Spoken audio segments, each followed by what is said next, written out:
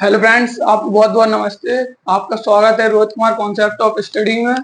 आज हम क्लास 9 की जो एक्सरसाइज 1.4 है इसको हल करने की कोशिश करेंगे। Chapter number first, number system.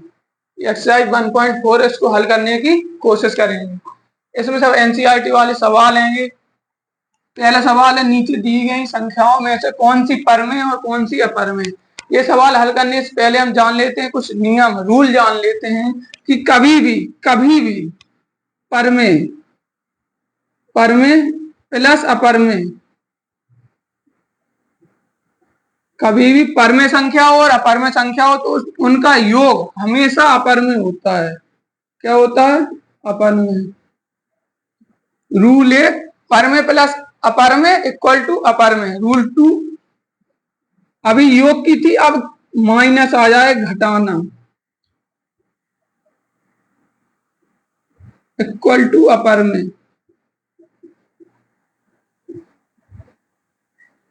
कभी भी परमें और अपरमें संख्याओं के बीच में योग हो तो अपरमें, माइनस हो तो अपरमें, और तीसरा है गुणा। क्या हो? गुणा, तो भी अपरमें। परमें संख्या और अपरमें संख्या हो, गुणा भी अपरमें। अब गुणा की बात हो गया, भाग।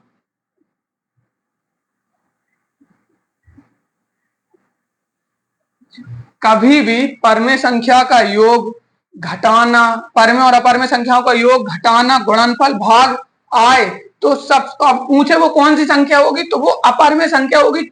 चारों कंडीशन है, जोड़, घटाना, गुणा, भाग में सब में परमें और अपरमें संख्याएं दी गई हो तो क्या होगा? अपरमें। ये रूल होंगे जो फर्स्ट वाले, मतलब इस एक्सरसाइज को हल करने में मददगार होंगे।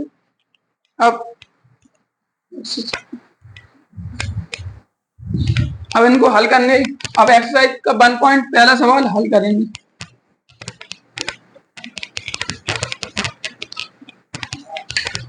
पहला सवाल का पहला क्या कह रहा है कि नीचे दी गई संख्याओं में से कौन अपरमें और कौन अपरमें और कौन परमें बताइए। तो पहला सवाल है, पहले का 2 माइनस रूट 3।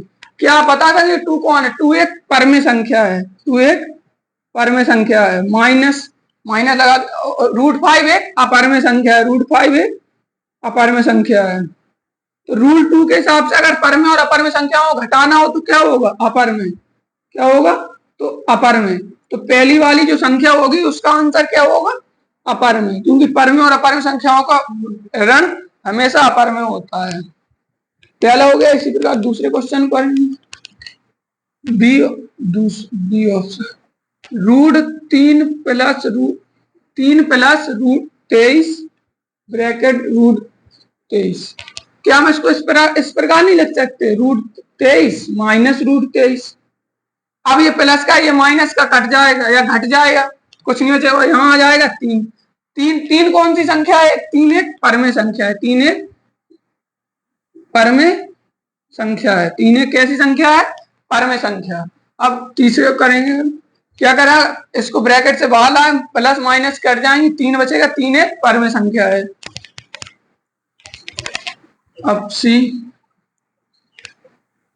पहले का रूट 2 रूट 7 अपॉन 7 रूट 7, ये भागित में है।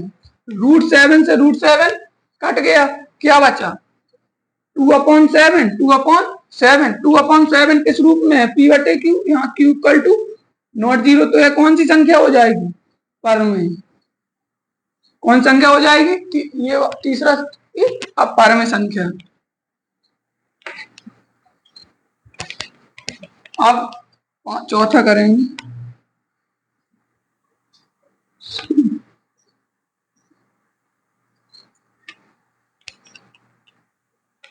एक बटे रूट 2, 1/√2 है। एक यहां पर क्या है? परमें,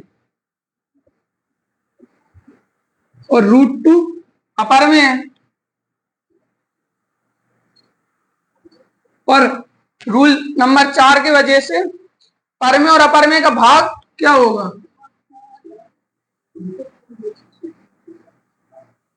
अपरमें। क्या होगा? अपरमें, क्योंकि यहाँ परमें और अपरमें का भाग हमेशा क्या होता है, अपर में। अब 5 में करेंगे,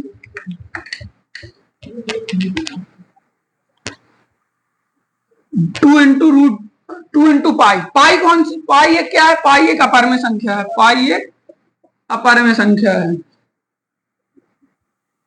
अपर में संख्या। और 2 कौन सी संख्या है, 2 एक पर में संख्या है, 2 कौन सी संख्या है, पर में। इंटू, अब पाई कौन सी संख्या है, तो पाई की जगह अपर में लिख देंगे। और पर में और अपर में का गुणनफल हो तो रूल 3 के हिसाब से कौन सी संख्या हो जाएगी, अपर में। क्योंकि पर में या अपर में का योग, घटाना, गुणा, भाग हमेशा अपर में आता है, तब पर में और अपर में संख्याओं के बीच में अपर में। तो इसका भी आंसर क्या हो जाएगा, अपर में। क्यों, क्योंकि पर में और अपर में का गुणा होगा, वो क्या होता है, अपर में। अब क्वेश्चन नंबर 2 को देखेंगे। दिए गए प्रत्येक व्यंजक को सरल करना है, व्यंजकों को सरल करना है, दूसरे का ए।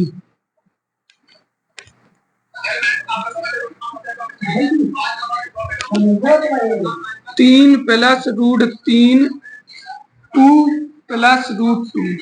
अगर हम इनका गुणा करना है, गुणा करने के बाद जो आएगा वो सरल हो जाएगा। सरल करना तो जो पहली वाली डिजिट है इसका पहले इसमें करेंगे, फिर इसमें करेंगे पूरे में विथ चिन्ह के साथ, फिर इसका हो जाएगा, फिर इस संख्या का विथ चिन्ह के साथ पहले इसमें करेंगे, फिर इस संख्या में करेंगे।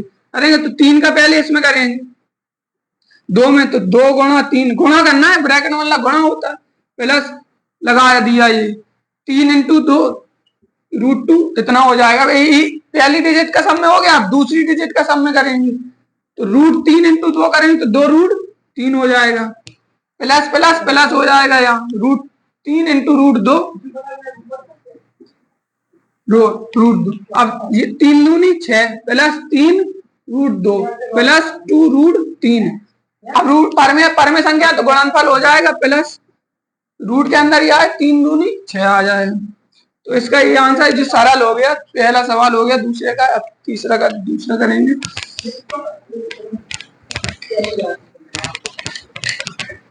दूसरा सवाल क्या है, 3 plus root 3 equal to 3 minus root 3। यहां देखें कि डिजिट दोनों सेम है, बस प्लस माइनस के अंदर 3 यहाँ भी है, 3 यहाँ भी है, रूट 3 यहाँ भी है, रूट 3, बस प्लस और माइनस के अंदर। तो ये वाला सूत्र है जो महत्वपूर्ण सूत्र है, ये वाला सूत्र।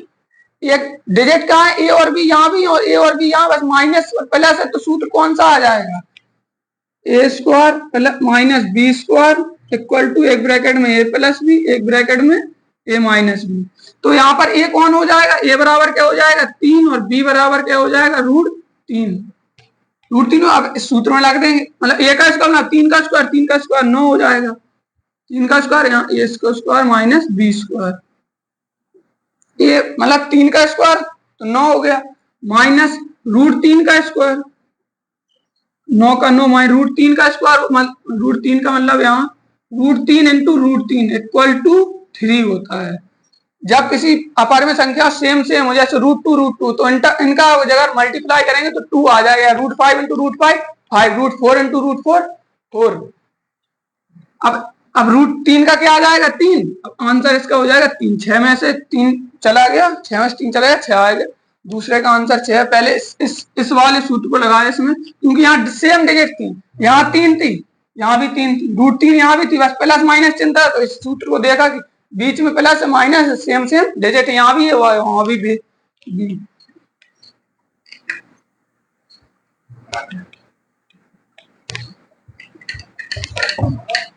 अब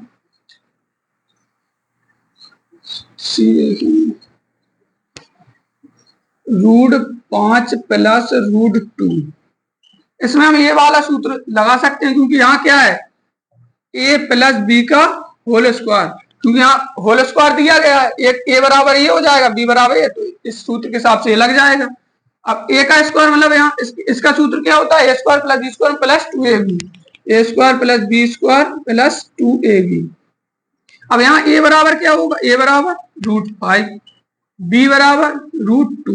अब इस सूत्र में रख देंगे, ए का स्क्वायर ए स्क्वायर है, तो ए स्क्वायर मतलब रूट 5 का स्क्वायर, क्योंकि ये ए बराबर क्या है रूट 5 प्लस बी का स्क्वायर मतलब √2 का स्क्वायर, √2 का स्क्वायर प्लस लगा दिए 2 इंटू √5 इंटू √2, ए की जगह √5 बी की जगह √2। अब हमने कहा क्या, जब परमेय संख्या हो वही परमेय हो, अगर उनका गुणनफल हो तो जैसे √5 इंटू √5 इक्वल टू 5 आ जाएगा। अब √2 इंटू √2 इक्वल टू 2 प्लस परमेय संख्या गुणनफल अगर अलग अलग है तो परमेय के अंदर ही गुणा हो जाएगा, रूट के अंदर ही गुणा हो जाएगा।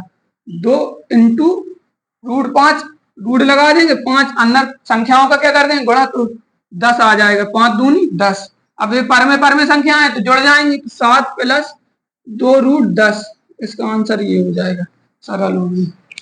इस पर आप उसी चौथे क्वेश्चन करेंगे दूसरे का। अच्छा क्या है कि √5 माइनस √2, √5 प्लस √2, जो सूत्र इसमें लगाया था वो सूत्र इसमें भी लगा दे, क्यों संख्या सेम है, √5 यहाँ भी √5, √2 बस प्लस माइनस है, इसमें भी प्लस माइनस था, तो कौन सा सूत्र लगेगा, ये वाला। तो सूत्र क्या है, एक a square minus b square equal to एक ब्रैकेट में ए प्लस बी, एक ब्रैकेट में a minus b, a equal to यहाँ क्या है √5 और बी इक्वल टू √2, क्योंकि यहाँ ए बराबर यहाँ भी √5 और यहाँ भी √5, बी बराबर √2 यहाँ भी बी बराबर √2, तो क्या होगा ए स्क्वायर मतलब √5 का स्क्वायर माइनस बी स्क्वायर मतलब √2 का स्क्वायर,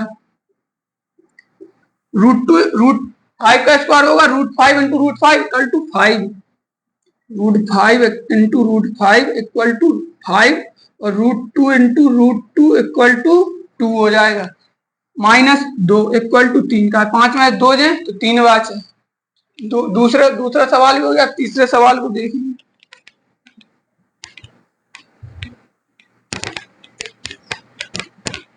आपको याद होगा कि पाई को वृत्त की परिधि मान लीजिए, जहां माना वृत्त की परिधि,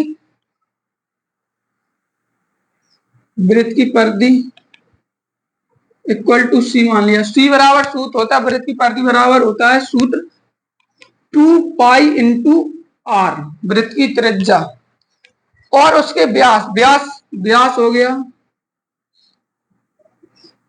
डी। क्या हम डी को 2r नहीं लिख सकते, 2r बिल्कुल, दो त्रिज्याओं को बना, दो त्रिज्या बराबर व्यास होता है, कि अनुपात की परिभाषा किया जाता है तो पाई बराबर हमें क्या दे रहा है, पाई बराबर सी अपॉन डी। सी अपॉन डी किस रूप में है, यहाँ पर सी अपॉन डी किस रूप में है, पी और क्यू के रूप में नहीं है, और क्यू इक्वल टू यहाँ 0 भी नहीं है, 0 भी नहीं, तो इससे हम कह सकते हैं कि पाई एक परमेय संख्या होगी, क्योंकि पी बटे क्यू के रूप में। लेकिन पाई है क्या, क्योंकि पाई एक कैसी संख्या है, पाई एक अपरमेय संख्या है। लेकिन यहाँ इस समीकरण को देखने देख रहे हैं c upon d p upon q, तो आप क्या करना है, इस तत्व को अंतर विरोध करता है, मतलब विरोध कर रहा है, क्योंकि ये तो पी अपॉन क्यू में परमेय को दर्शा रहा है और है वास्तव में अपरमेय संख्या एक परमेय। अब इस अंतर विरोध का निराकरण आप किस प्रकार करेंगे, जैसे पाई का मान क्या है, पाई का निकटतम मान 22/7 है। अब पाई का निकटतम मान 22/7 है, तो 22 का भाग में अगर 7 में दें तो एक भाग चलता चला जाएगा, 3 बार जाएगा, फिर 1 4 ऐसे आता ही चला जाता, बढ़ता चला, मतलब रुकता नहीं है। तो इसका दशमलव प्रसार कैसा होगा, अशांत, अशांत।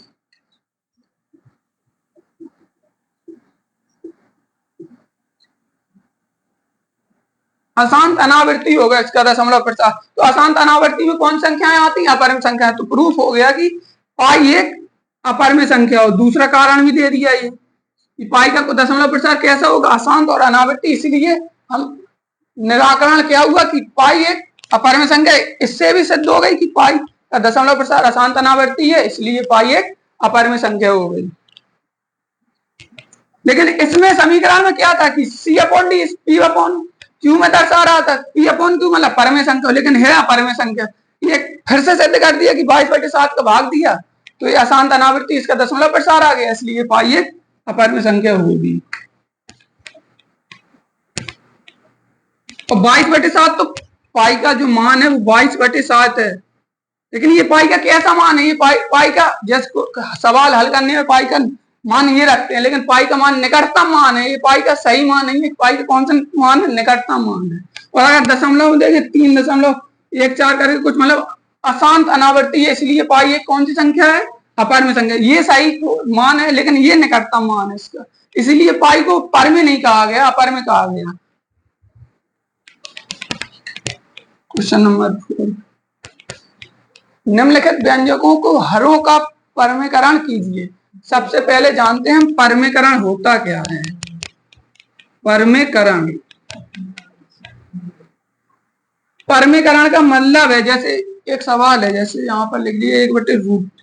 परमीकरण का मतलब है हर परमीकरण, क्या लिखा, हर परमीकरण, हर, यहाँ परमीकरण का मतलब है हर के जगह पर में संख्या हो, कौन सी संख्या हो, पर में। यहाँ देखिए हर P/Q में अंश है ये, हर के यहाँ √7 अपर में संख्या, लेकिन क्या कर रहा है, हर परमीकरण मतलब पूरे जितने भी यहाँ देखो सब रूट के अंदर, तो नीचे सब कैसी संख्या है, अपर में, लेकिन हमें यहाँ क्या करनी, परमीकरण। हर परमीकरण का मतलब होता है कि हर के स्थान पे हमें अपर में की जगह पर में संख्या लानी, अपर में, तो यहाँ कौन सी संख्या लानी हमें, पर में।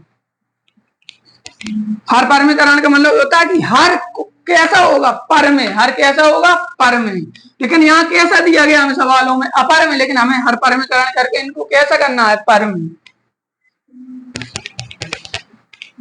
जैसे 1/√7 है पहला सवाल।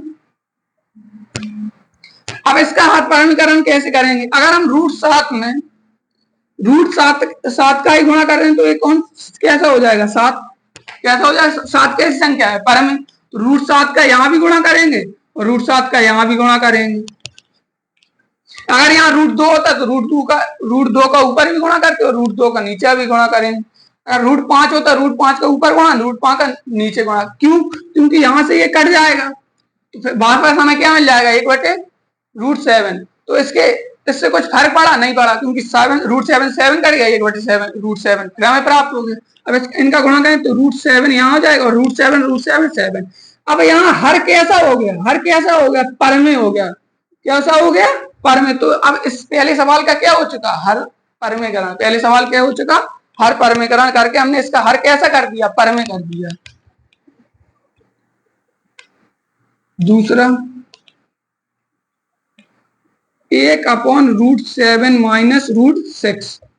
अब इसका हर परमीकरण जैसे √7 के ऊपर गुणा किया था, √7 का 7 दिया, अब यहाँ पर जो है ये संख्या है, बस इसका यहाँ पर गुणा कर देंगे, लेकिन यहाँ क्या होगा, अगर माइनस का चिन्ह होगा तो प्लस कर देंगे, अगर प्लस का चिन्ह होगा तो माइनस कर देंगे। जैसे √7 है, जितने का ऊपर गुणा करेंगे उतना ही नीचे, क्यों करेंगे, क्योंकि इससे संख्या पर कुछ प्रभाव नहीं पड़ेगा, क्योंकि इससे ये कट जाएगा तो वापस ये संख्या प्राप्त हो जाएगी, इसलिए हम ऊपर नीचे दोनों जगह करें कि संख्या पे कुछ प्रभाव ना पड़े। अब √7 का यहाँ भी गुणा, लेकिन क्या होगा, चिन्ह परिवर्तन हो जाए, प्लस का माइनस हो गया और माइनस का प्लस।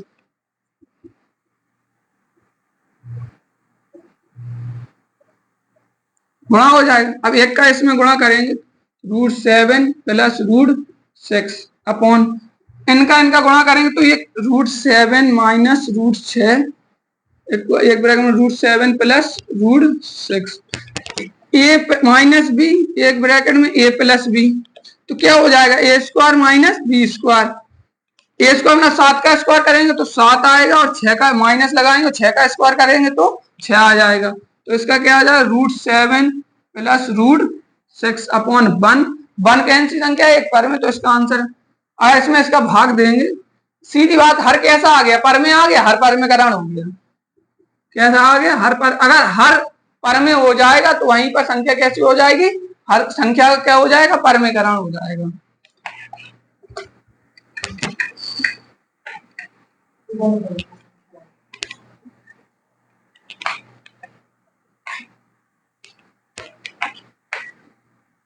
अब तीसरा सवाल, 1/√5 + √2। इसी प्रकार संख्या, बस यहाँ माइनस होता है, यहाँ प्लस, बस संख्या डिजिट और प्लस माइनस का अंतर है, तो अगर माइनस का था तो प्लस का गुणा करने था और प्लस का है तो माइनस का गुणा करेंगे।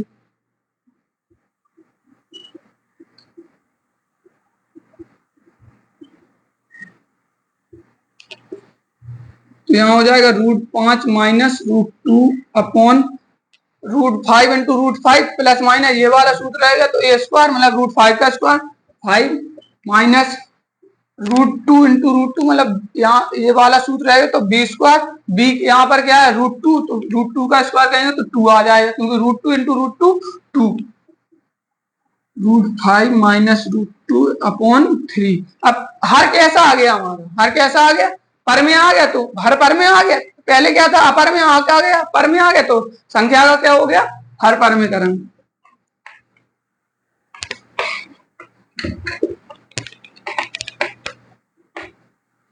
अब चौथा सवाल लगाएंगे, आखिरी सवाल 1/√7 माइनस √2। अब इस सब सवालों में देखा कि नीचे हमेशा कौन सी संख्याएं आई अपर में अपर में अपर में, लेकिन इसमें एक अपर में और एक पर में है और पर में और अपर में का माइनस जो घटा होता है वो हमेशा क्या होता है अपर में। तो ये पूरी संख्या कैसी हो जाएगी अपर में। अब प्लस का था तो माइनस का गुणा करते थे और माइनस का है तो प्लस का गुणा करेंगे, संख्या वही करेंगे बस प्लस माइनस बदल देंगे।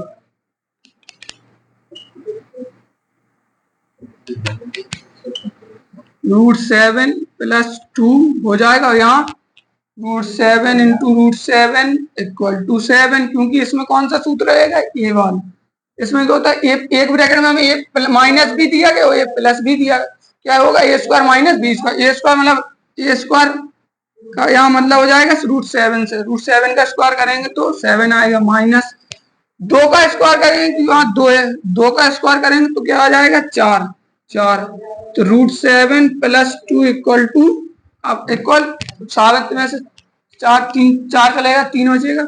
अब यहाँ हर कैसा हो गया हमारा, हर कैसा हो गया पर में हो गया तो पर में हो गया तो किस संख्या क्या हो गया हर पर में करा। अब हम एक बार और कि पर में और अपर में का योग अपर में, पर में और अपर में का घटा पर में और अपर में का गुणनफल अपर में और पर में और अपर में का भाग हमेशा अपर में होता है। ये हमारी एक्सरसाइज 1.4 का एक सवाल और है, एक सवाल और है √9.3। इस सवाल को हम एक वीडियो था इससे पिछले वाला वीडियो था उसमें हम इस सवाल को वो था वर्गमूलिक संख्याओं को संख्या रेखा पर दर्शाना, ये वाला हमारा जो वीडियो था उसी में बना था रिप्रेजेंटिंग ऑफ नंबर लाइन में करना था। तो उसमें हम सवाल जब लग रहे थे कई संख्या रूट के संख्या लाइन पे दर्शाई थी तो उसमें भी ये सवाल था एक्सरसाइज 1.4 का जो सवाल है उस वाले वीडियो में, आप उस वाले वीडियो में जाकर देख सकते हैं। धन्यवाद। मैं आपसे एक बार अगर आपको वीडियो अच्छा लगा हो तो शेयर कमेंट और लाइक करें। धन्यवाद। और रोहित कुमार कॉन्सेप्ट स्टडी को अगर सब्सक्राइब ना किया हो तो सब्सक्राइब करना।